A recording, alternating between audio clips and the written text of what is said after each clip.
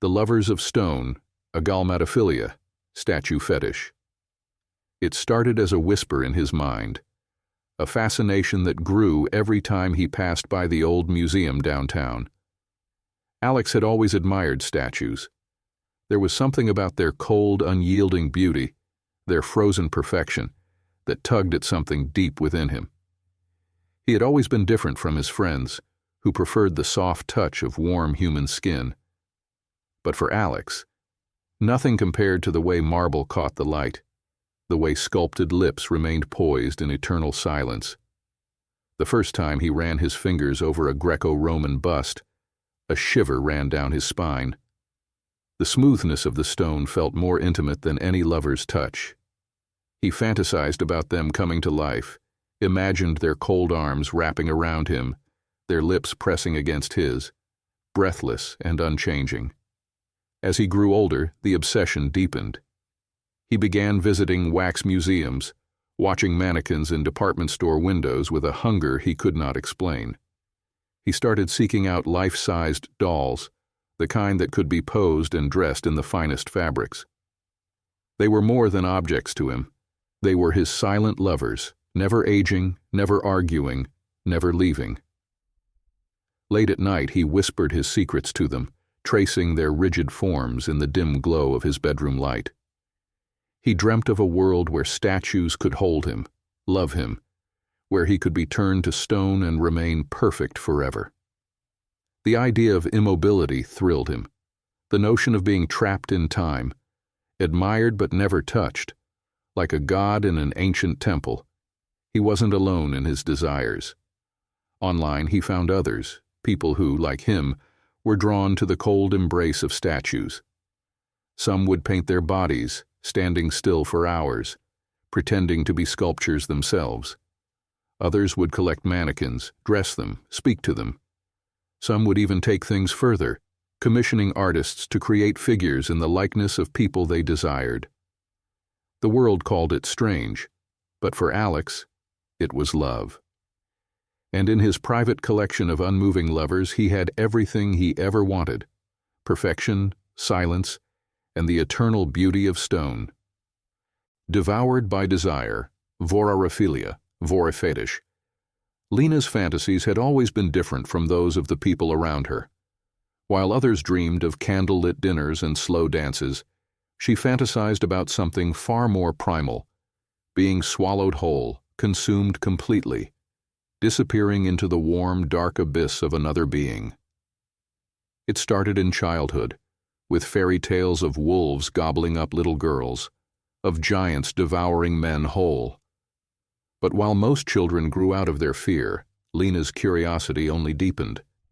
She imagined herself as the prey, trembling with excitement as a massive creature licked its lips, preparing to consume her. As she got older, she found ways to explore her desires. She discovered online communities where others shared her fascination, where artists depicted lovers being swallowed whole, where stories described the slow, intimate process of being devoured. Some preferred soft vor, where the act was painless, almost sensual, a creature engulfing its lover in one smooth motion, holding them inside a warm, safe space. Others enjoyed hard vor, where the experience was brutal, flesh torn apart in an act of violent passion. For Lena, it wasn't about violence. It was about surrender. The idea of letting go completely, of being taken inside someone else's body, was the ultimate act of trust. She craved the feeling of being enveloped, helpless but safe, a part of something greater than herself. She tried to recreate the sensation in different ways, wrapping herself in thick blankets, submerging in deep water, even lying in large padded bags that simulated the feeling of enclosure. But nothing compared to the vivid fantasies that played in her mind. The slow descent into darkness, the feeling of warm, living flesh surrounding her, the knowledge that she belonged entirely to something else. People would never understand, but she didn't need them to. In her dreams, she was always where she wanted to be, swallowed up, disappearing into the embrace of something vast and unrelenting, lost in the pleasure of being utterly consumed. The beauty of destruction, symphorophilia, disaster fetish. The first time David saw a car crash, he was 7 years old. He remembered the way the metal crumpled like paper, the shattering of glass sparkling like diamonds in the air. The world slowed as the two cars collided, the moment frozen in time. There was something breathtaking about it, something he couldn't explain. As he grew older, his fascination only deepened. He began to seek out footage of wrecks, watching the way vehicles twisted and spun, their parts flung into chaos. He found himself drawn to disaster movies, the ones where buildings crumbled, where entire cities were swallowed by flames and floods. It wasn't the suffering that interested him, it was the sheer, raw power of destruction. And then, one day, he felt something new, a thrill deep in his gut, an undeniable excitement as he watched a pileup on the highway. It wasn't just fascination anymore, it was arousal. At first he thought he was alone in this strange desire, but as he explored the corners of the internet, he found others like him. People who experienced a rush, a deep physical pleasure, from destruction. Some fantasized about witnessing grand disasters, planes crashing, bridges collapsing, storms tearing through cities. Others wanted to be part of the wreckage themselves, placing themselves in the path of chaos just to feel the adrenaline. David never wanted to harm anyone, but he couldn't deny the thrill he felt when he watched cars speeding recklessly, the anticipation of an impact that might never come. He thought about controlled demolition sites, where buildings were carefully imploded, the slow countdown leading to an inevitable, glorious fall. He imagined standing close enough to feel the force of the explosion, the tremors rattling his bones. For most, destruction was tragedy. For him, it was art, and in every collision, every broken window, every crack of thunder that split the sky, he found a beauty that no one else could see, bound by time, chronophilia, age-based fetish. Ever since he could remember, Eliot had been obsessed with the concept of time itself, not in the sense of history or nostalgia, but in the way it shaped people, molded them, changed them. Unlike those with a simple preference for older or younger partners, Eliot's desires were more complex, more peculiar. He wasn't just attracted to youth or maturity, he was fixated on the passage of time itself. At one end of the spectrum, he was enthralled by extreme youth, not in an inappropriate way, but in the idealization of innocence and untouched perfection. There was something intoxicating about the idea of someone untouched by the world's corruption, their bodies still unmarked by time. He imagined what it would be like to freeze them in that perfect, delicate state forever. But then there was the other end, the aged, the weathered, the beautifully decayed. Wrinkles, gray hair, the slow, deliberate movements of a body that had seen decades of life. He found it all profoundly arousing. Unlike those who were simply attracted to older people, Eliot's desires extended beyond personal relationships.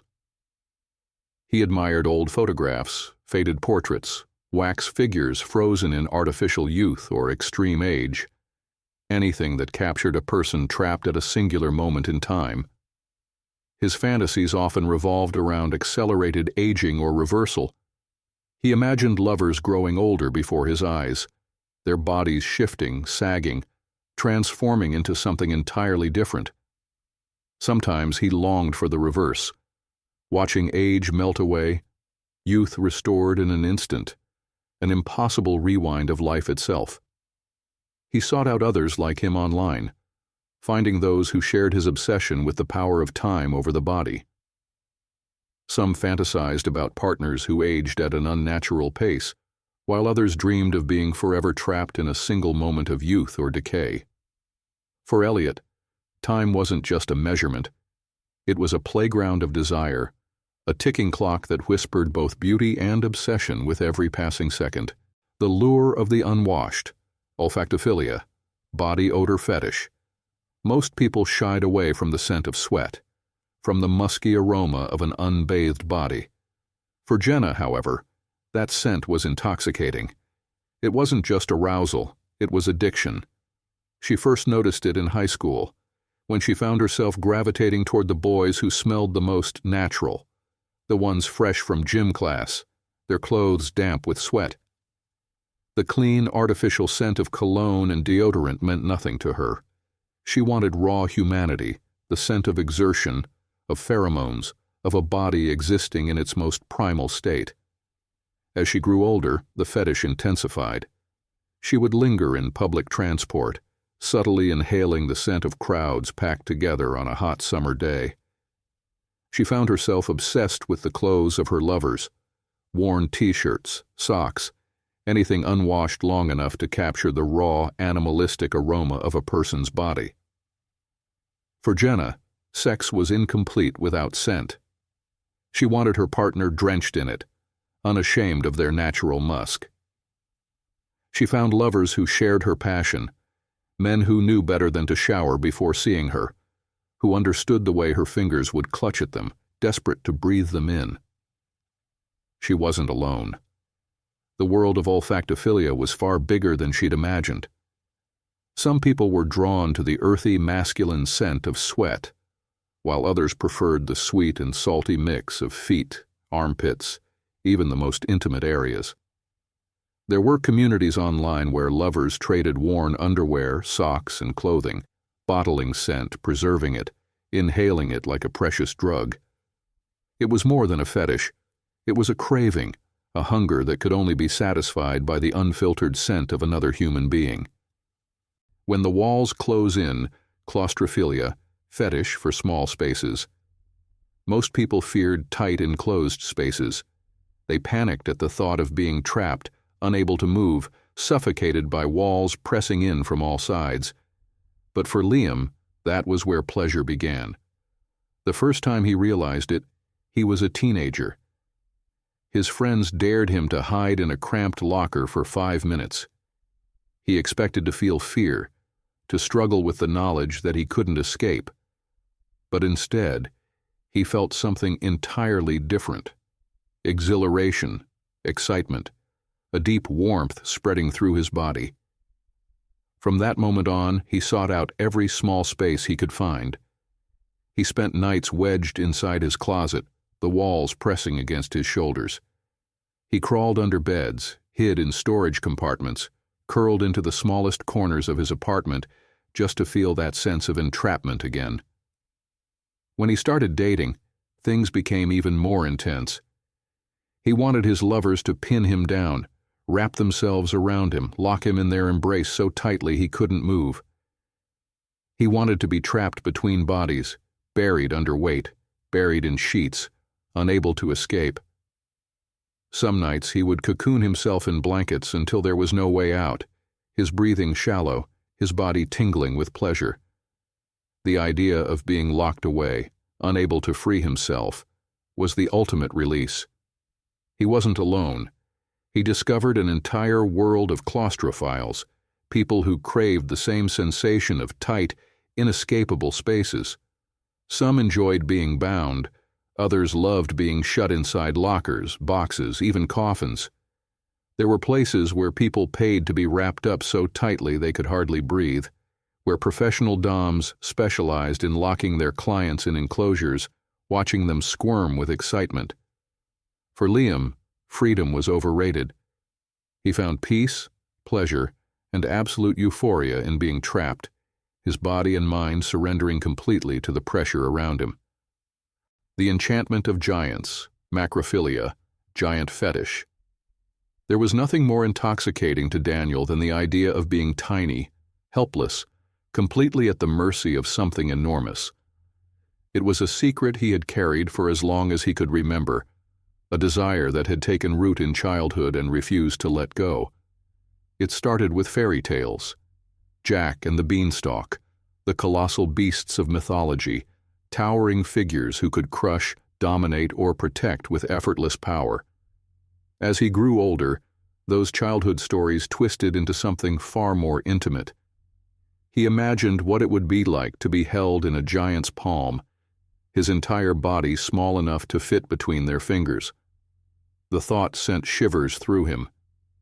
Daniel's fantasies took many forms. Sometimes he imagined a gentle giant, a soft, loving deity who carried him around like a precious pet, whispering words of affection in a voice that rumbled like thunder. Other times, the fantasy turned darker. He envisioned a cruel, godlike figure, toying with him, threatening to step on him, swallow him, or trap him in their grasp. The thrill came from the absolute imbalance of power. At first, he thought he was alone in his obsession. Then he found the hidden world of macrophiles, people who shared his deep, aching desire for giants and tinies. There were stories, artwork, entire role-playing communities built around this fascination. Some craved the sensation of being small, imagining themselves shrunken to the size of an insect, worshipping a massive lover. Others took the opposite perspective, fantasizing about growing into giants, looming over entire cities, holding tiny humans between their fingertips like fragile playthings. Some macrophiles used virtual reality, placing themselves in simulated worlds where their size could change at will. Others found comfort in partners who played along, pressing their bodies down, towering over them, whispering in deep, commanding voices. Daniel had never spoken his secret out loud, but every night, in the privacy of his thoughts, he lived a different life, one where he was small, fragile, and completely at the mercy of something unimaginably large. The thrill of rubber and latex fetishism. When Olivia zipped up her tight, skin-hugging latex suit, she felt something that nothing else in the world could give her. It was a second skin, a cocoon of smooth, synthetic perfection that clung to every inch of her body. She had discovered it by accident, watching an old science fiction movie where the heroine wore a glossy, full-body suit. The way the material gleamed under the lights, the way it stretched and molded to her curves. It made her heart race in ways she didn't understand. That night, she dreamt of being wrapped in the same slick material, encased in something that blurred the line between human and artificial. Her first latex purchase changed everything. The moment she pulled the gloves over her fingers, a shudder of pleasure ran through her. The way it trapped heat, the way it stretched and resisted, it made her feel powerful and powerless at the same time. She experimented with different outfits, latex catsuits, skin-tight dresses, hoods that masked her identity, gloves that made her fingers feel like something otherworldly. But the real thrill came when someone else took control. A partner who zipped her in, smoothing the material over her body, making sure there was no escape. Some nights she wore full-body vacuum suits, where air was sucked out, sealing her in completely. The pressure was intoxicating. The sensation of being trapped, encased, turned into a living, breathing doll. She wasn't alone in her fetish. There were entire underground clubs devoted to latex lovers, where people strutted in full-body suits, their movements smooth and alien. Some fetishists loved the sensory deprivation aspect, while others enjoyed the way latex enhanced every touch, turning even the lightest brush into something electric. For Olivia, it wasn't just about sex. It was about transformation. Latex turned her into something perfect, synthetic, untouchable. And when she looked in the mirror, her glossy reflection staring back, she saw not just a woman, but something far more extraordinary. The forbidden spark, electrostimulation, fetish for electric shock play. Tyler had always been drawn to danger, not the kind that left scars, but the kind that made his heart pound, made his skin tingle with something just shy of fear. The first time he felt an electric current run through his body, it was purely by accident. A faulty wire, a sudden jolt, a sharp tingling burn that left him breathless. But instead of pain, there was pleasure. A warmth that spread from the point of contact, an aftershock that lingered in his bones long after the current had stopped. He didn't understand it at first, but he wanted to feel it again. His first real experience with electrostimulation came through a simple device, a TENS unit, a machine designed for muscle therapy. He placed the pads on his skin, turned up the intensity, and let the currents course through him. The pulses gripped his muscles, tightening them, releasing, tightening again. The sensation was exquisite, a perfect mix of pain and pleasure. As he delved deeper, he found entire communities dedicated to electric play. Some enjoyed mild tingles, a gentle static buzz dancing across their skin. Others sought out high-voltage shocks, the kind that left their nerves singing and their breath hitching in painful delight. There were violet wands, glass electrodes that crackled with energy, sending bolts of light over bare skin. There were electric paddles, taser-like devices, even conductive clothing designed to channel currents over the most sensitive areas. His partners played along, testing his limits, holding the current steady until he was gasping, squirming, begging for more. The anticipation was almost as thrilling as the shock itself, the slow buildup, the crackling charge in the air before it struck like lightning. He knew most people would never understand. But for him, electricity wasn't just a force of nature. It was a lover, a predator, a perfect pulse of pleasure that lit up his body like a storm in the night. The forbidden puppeteer, ochnophilia, human puppetry fetish. For as long as Isabella could remember, she had been fascinated by control, not just in a metaphorical sense, but in the most literal, physical way possible.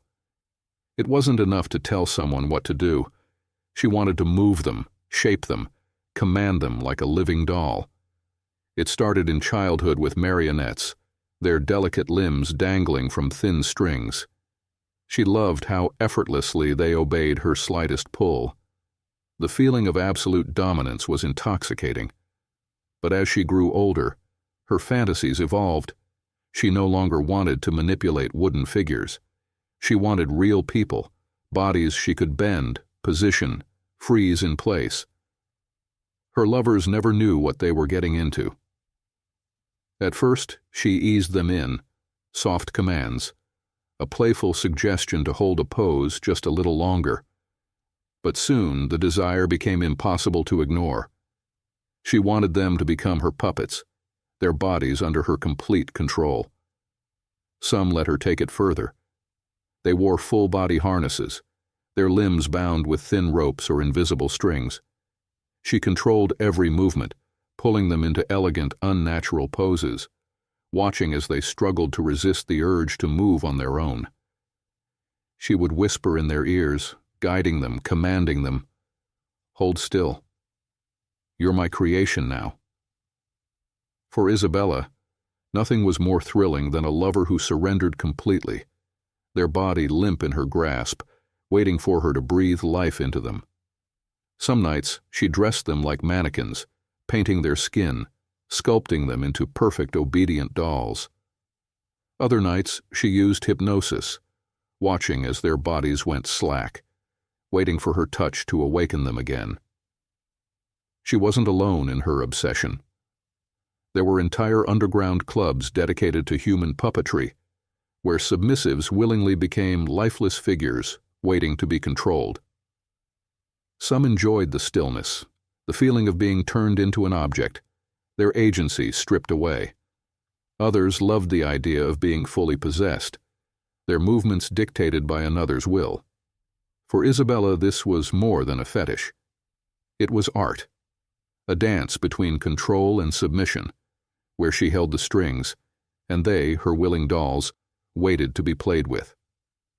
The forbidden bloom, dendrophilia, tree fetish. Not everyone understood Henry's obsession with trees. While others saw them as part of nature, something to admire in passing, he felt something far deeper, something almost sacred. His earliest memory was of sitting under an ancient oak, tracing his fingers over its rough bark. The texture, the scent, the silent, watchful presence. It all made him feel strangely alive. He didn't know why at first, but he always felt safest in the arms of the forest. As he grew older, he realized it wasn't just admiration. It was desire. He found himself drawn to the towering presence of trees, their strong, immovable trunks, their endless patience. He imagined what it would be like to press himself against them, to be wrapped in their roots, to feel their roughness against his skin. At night, his fantasies took on a life of their own. He envisioned vines slithering over his body, wrapping around his limbs, pulling him in. He longed for the feeling of being claimed by nature, completely absorbed into the earth, roots twisting around his legs like lovers' arms. Henry wasn't alone in his secret. The world of dendrophilia was larger than he had imagined. There were people who felt aroused by the majesty of trees, their towering dominance, their silent, unshakable power. Some whispered their desires to ancient oaks, believing the trees listened, understood, even responded in their own way. Others worshipped certain trees, treating them as living, breathing lovers.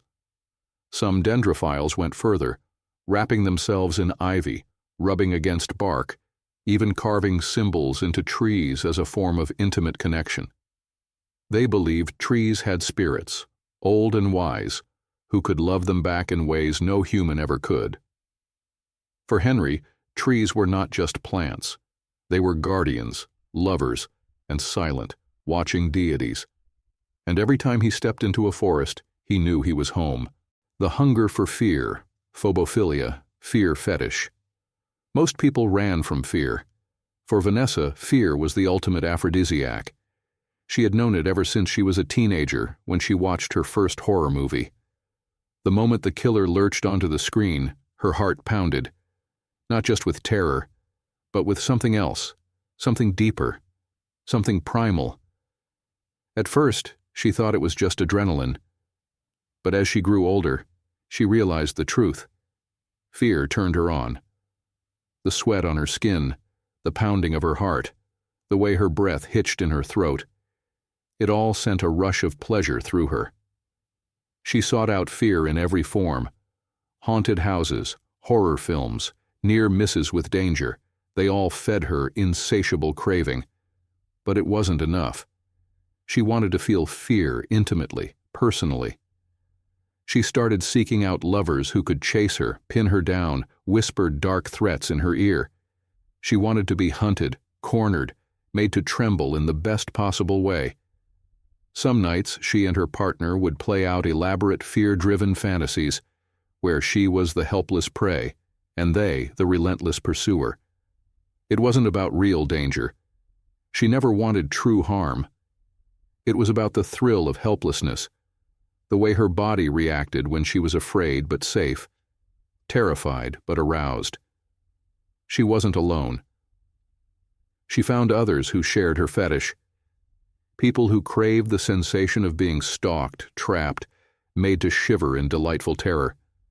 Some found their fix in role-playing horror scenarios, while others took it further, seeking out real-life frights just for the rush. For Vanessa, fear was a lover, a drug, an irresistible temptation. And every time her breath quickened, every time she felt her pulse race with panic, she knew this was what she lived for.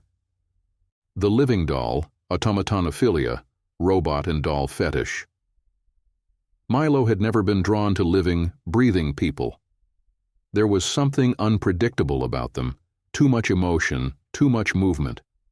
What he craved was perfection, stillness, the beauty of something artificial. His obsession started with dolls.